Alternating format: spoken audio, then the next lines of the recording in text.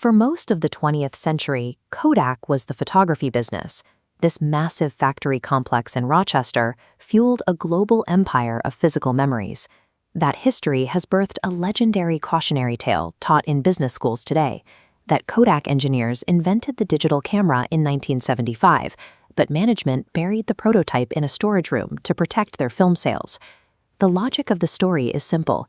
Executives were supposedly so dependent on the high margins of film rolls and chemicals that they chose to ignore the technology that would eventually replace them. But the 1975 device was the size of a microwave oven. It was an incredible feat of engineering for the time, but it would take nearly 20 years before digital technology was actually ready for the average person to carry. The hidden technology narrative is a clean, simple fable of corporate greed. The reality of their collapse is more systemic, rooted in a shift that was much harder to see coming. When digital photography finally became viable for consumers in the late 90s, Kodak didn't hesitate.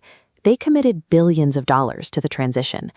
Their effort was so effective that Kodak eventually became the best-selling digital camera brand in the United States.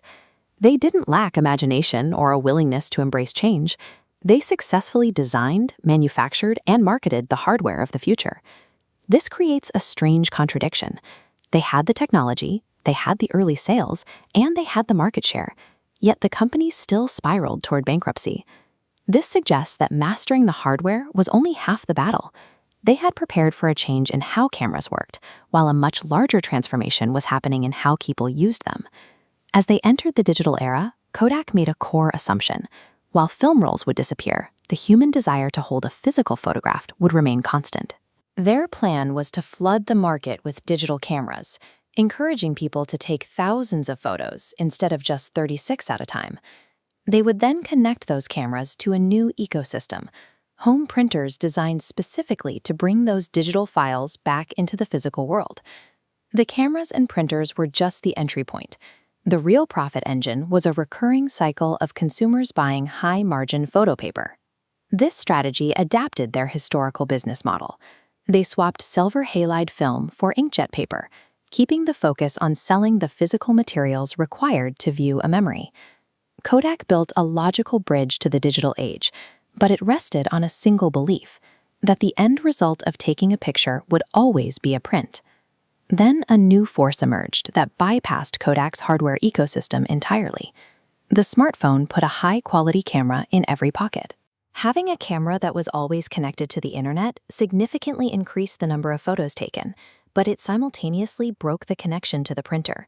At the same time, social media platforms became the primary destination for these images. The impulse to share a memory changed. It became an instantaneous digital broadcast to a network of friends, rather than a delayed physical exchange. Platforms like Instagram became the world's default photo album. By moving the act of sharing to a screen, these networks removed the need for the paper that Kodak's entire survival depended on. Kodak's competition shifted from rival camera manufacturers to a set of apps and networks that allowed people to enjoy photography without ever needing to print a single file. The impact was immediate.